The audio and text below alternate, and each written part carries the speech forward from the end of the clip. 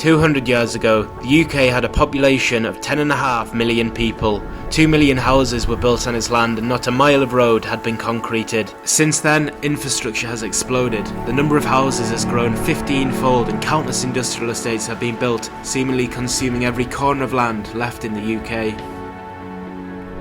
One of the first things I learned when I started fishing is that the harder a place is to fish, the more and bigger the fish are that you are likely to catch out of it. Whether that's fences, cliffs or even a massive price tag, it seemed as though more people fishing an area resulted in less fish being caught. Unknowingly to me at this time, this idea would lead me on an expedition which pushed me to the boundaries of my capabilities and caused me to discover the only place left which has been almost unchanged over the last 200 years. This could be massive! Just finding a place which I could even call remote was not as easy as you might think. England and Wales were quickly ruled out and Ireland swiftly followed. Even the furthest corners of Scotland had roads winding around every peninsula, and I was rapidly losing hope in finding an area which I could genuinely call remote. This all changed when I heard about a place known as Scotland's last wilderness, the Knoydart Peninsula. A 55,000 acre expanse of kilometre-high mountains, disconnected from all roads and only accessible on foot or by small boat. The issue with this, the only route to get to the water was a 50-mile round trip straight through the middle of this labyrinth. Being able to get a glimpse of the Knoydart was a mission in itself. Quite fittingly, where I needed to begin this massive journey to the coast was at the end of the longest dead-end road in Britain. A 22-mile single-track road, there as almost a reminder that it is the landscape which has denied development of these areas rather than human will.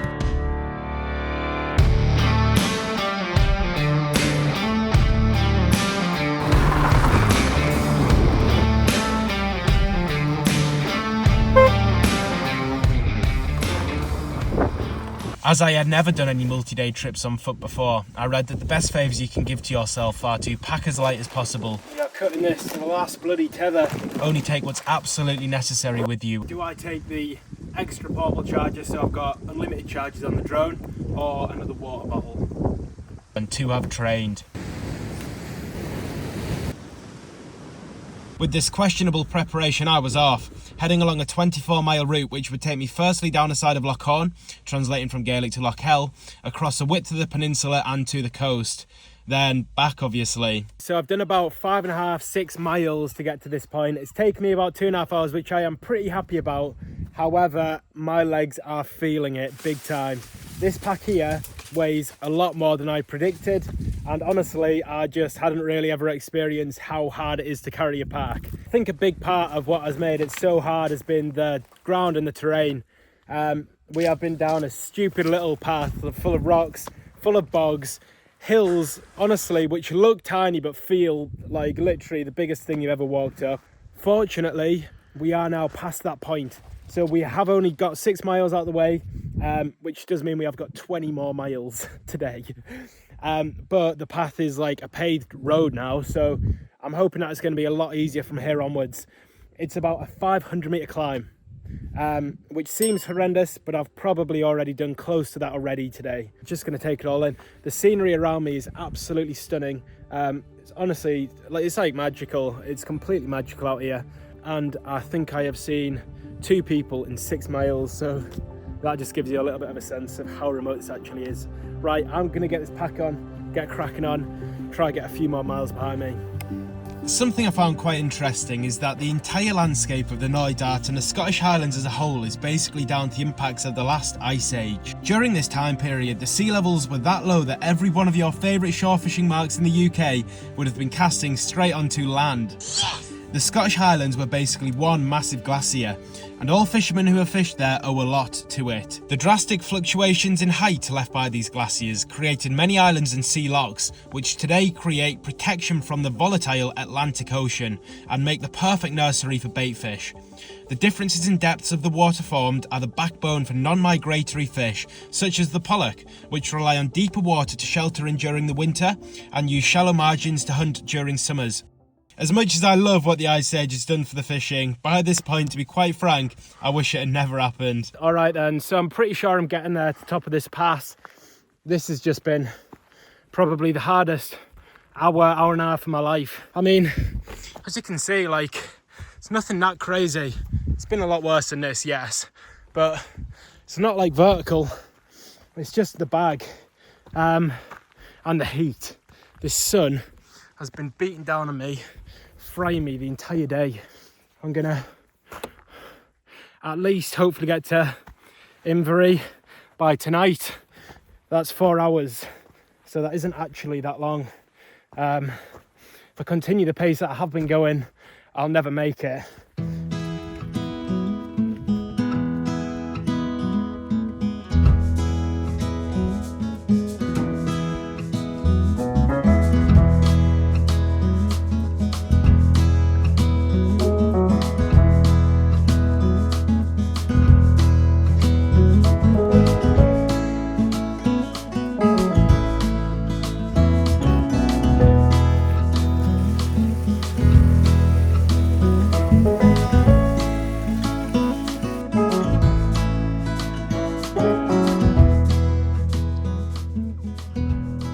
Okay, so I managed about 3 miles down from the top of that pass, and I have not ended up going as far as I'd hoped, but I have settled on a pretty decent camp spot right by the side of this loch.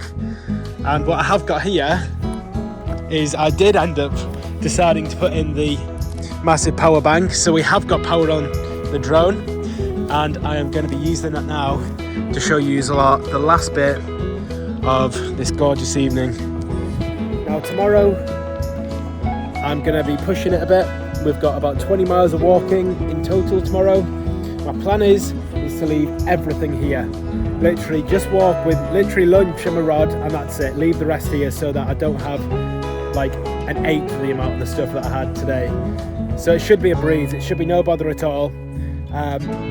All I'm hoping for tomorrow is that we do not get coalies or mackerel. If I get a coalie or a mackerel, I'm going to be fuming.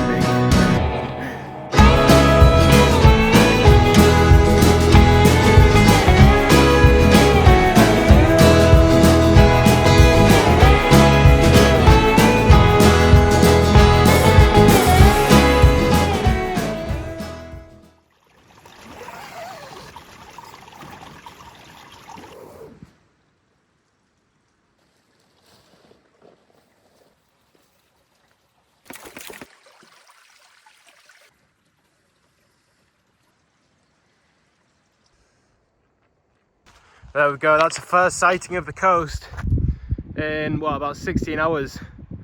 And I can't believe I'm saying this, but I'm getting midgied on the move. Today I'm going to be able to answer the question, am I going to have the worst blank in British history? Now, having the worst blank in British history was definitely a bit of an exaggeration. To be honest, I was quite confident that the fishing on this coast would pay off the 50-mile round trip. Oh, that is beautiful. As I was making my way through a village called Inverie, which has the most remote pub in Britain, I began to notice an obstacle which could put an end to my dreams of catching huge fish out of untouched areas. The wind. Although the forecast predicted light winds and sunshine, there was an obvious weather front coming in, bringing with it increasingly powerful gusts. It seemed to be worsening minute by minute. With less than 7 miles to the coast, I knew that I had to put every ounce of energy that I had left into not only getting there, but getting there quickly.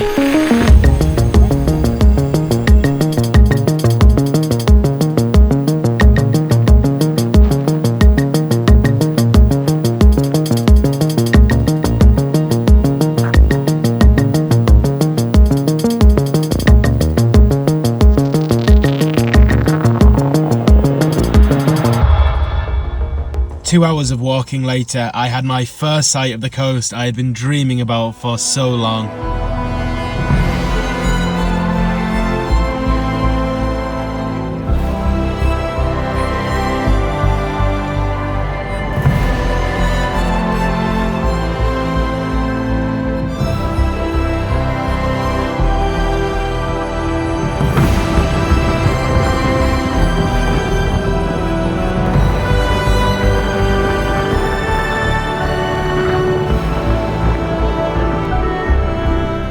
Just getting to this halfway point was the furthest distance I had ever walked by miles.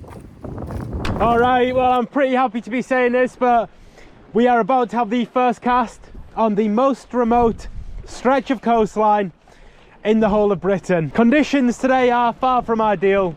We have got a very, very strong wind coming from the north, coming right down the sound and basically going horizontally to where I want to be casting, which doesn't always make for a lot of fun. Right, let's have a cast. As awesome as it looked, I instantly knew that all the questions I had about the fishing would not be able to be answered in these conditions. Oh, come on. I'm getting a take, I think. Feels like fish on. First cast. And you know what, for the depth of water, this feels all right. Oh, yes. There we go. You love to see it, guys. Oh, we've just lost it. But that is a great sign. That is a fish on the first cast.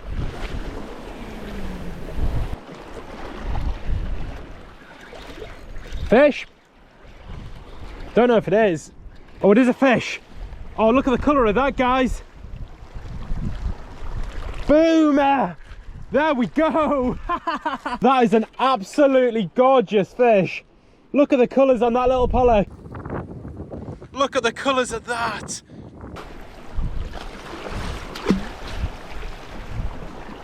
Not being able to fish the deep water was unfortunate enough. However, after a couple of hours, even the shallows were becoming difficult. I'm not managing to fish any of the area which I'd hoped to fish. This was it. There was no more I could do. The Knoydart had defeated me. That car park might just be one of the best sights I've ever seen. But I wasn't going to settle on a fish you would struggle to make fish fingers out of. Remember how I said the only two ways to access a Knoydart were on foot or by a small boat? I kind of forgot to mention until this point that Bill Higham Marine sent me a Seapro 3.1 metre Airdeck, which is the perfect boat to be able to do this sort of distance and move around in these sort of waters. Why haven't I thought of this earlier?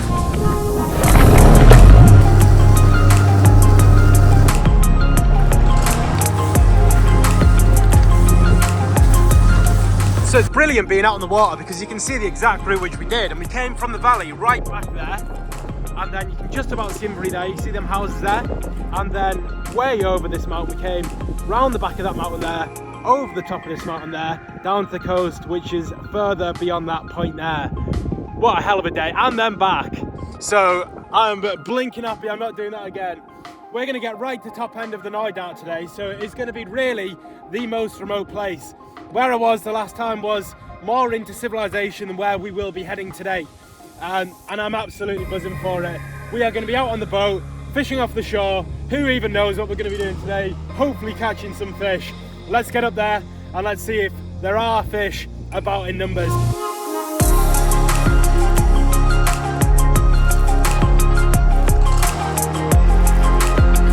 Right, we're heading to this island.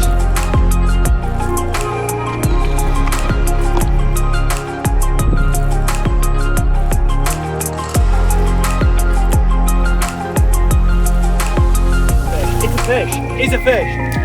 Well, there we go, guys. We're already off the blank. After a short while, I realised I had to explore the deeper areas of the coast. Just to get here needed 8 hours in the car and was 20 miles round on the boat. Try these shallows. To say I was feeling the pressure to catch on my only available day was an understatement. This has kind of got to be the drop. We are running out of time and daylight rapidly. This isn't looking good. The pressure was magnified massively after the first 2 hours on the boat resulted in no fish whatsoever. So after a couple of failed areas, we have only literally got 1 hour left of the day. This here, along these cliffs, is going to be the make or break mark for this entire trip. At the end of the day, it is fishing and we are cutting it slim now. I'm going to fish harder than I have ever fished before for the next hour. Let's see if we can make this happen. We can! There we go! As soon as I've just finished saying that, we are directly onto a fish. And it is an alright fish. First cast along the cliffs. What are we going to have? Oh, pulling hard. Decent fish. Definitely the best one we've had out of the Knoydart so far. Look at the colour down there. There we go, guys. There we are. That is exactly what I was hoping for. In the boat.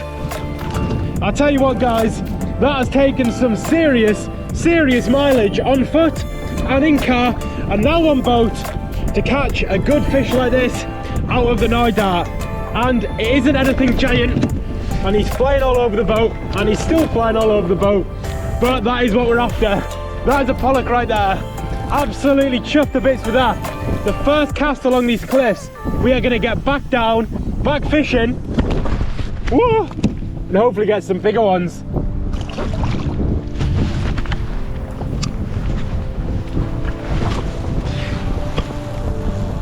We are doing this drift for the next hour. I was getting massively worried we were going to blank this completely. That's another fish, another nice fish on the drop, the second cast, and this is a better fish, guys.